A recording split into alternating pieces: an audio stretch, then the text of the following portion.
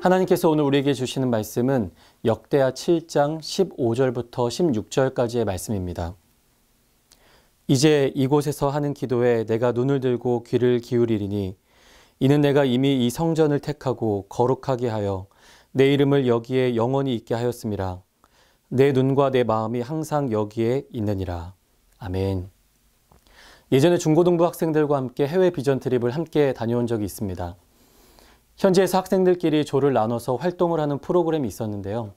낯선 해외에서 언어도 자유롭지 못한데 자신들끼리 무엇인가를 해야 하는 그 시간이 상당히 두렵게 느껴졌던 것 같습니다.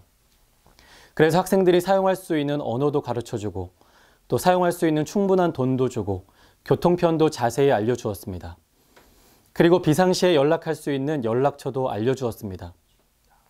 그렇게 충분히 준비를 시켜서 보내려고 하는데 한 학생이 저에게 이렇게 말하는 겁니다. 목사님, 이런 거 다 없어도 괜찮으니까 그냥 저희랑 같이 가주시면 안 될까요? 라고 말하는 거죠. 그때 생각했습니다. 많은 것이 중요한 것이 아니라 함께 있는 것이 더 중요한 것이고 함께 있는 것이 더 큰 힘이 될 수 있다는 것을 깨닫게 되었습니다. 오늘 본문을 묵상하면서 그때의 이야기가 생각이 났습니다.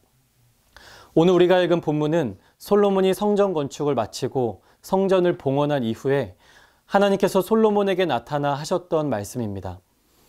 훗날 이스라엘 백성들이 재난이나 전염병과 같은 고난을 만나게 될 때 어떻게 해야 그 고난으로부터 회복될 수 있을지를 가르쳐 주신 겁니다.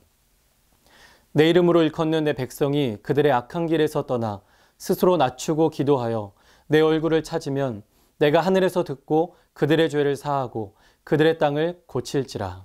아멘.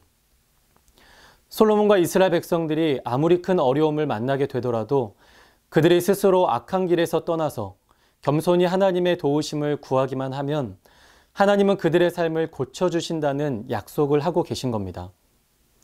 요즘에 온 세상이 코로나19라는 전염병으로 인해서 고통을 겪고 있습니다. 그래서 그런지 몰라도 이 말씀이 더 큰 축복의 약속으로 느껴지는 것 같습니다.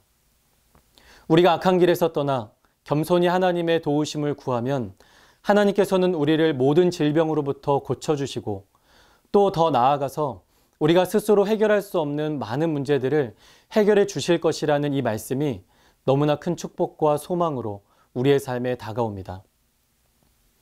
그런데 우리가 소망해야 하는 진정한 축복은 병이 고쳐지고 문제가 해결되는 차원의 축복이 아닙니다.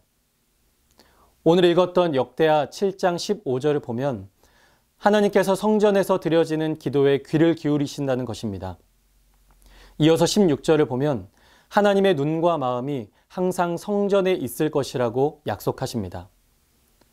성전은 오늘날의 교회를 뜻하기도 하고 성도 한 사람 한 사람을 뜻하기도 합니다. 그러니까 오늘 이 말씀은 이 땅의 교회와 성도들을 향한 축복의 약속이라는 것입니다.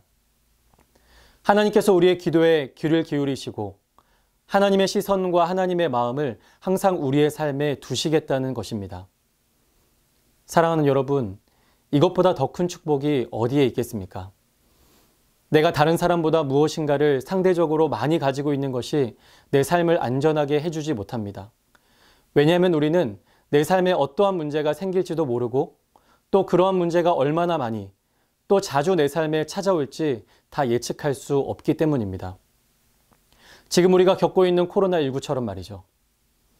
하지만 온 세상의 주권자가 되시는 하나님께서 마음을 다해 내 삶을 바라보시고 나의 작은 신음에도 귀를 기울이고 계신다면, 그렇게 나와 동행하고 계신다면 우리의 삶은 충분히 안전할 것입니다. 사랑하는 여러분, 하나님께서 나와 동행하고 계심이 우리의 삶의 가장 귀한 축복임을 기억하며 살아갈 수 있기를 간절히 축복합니다.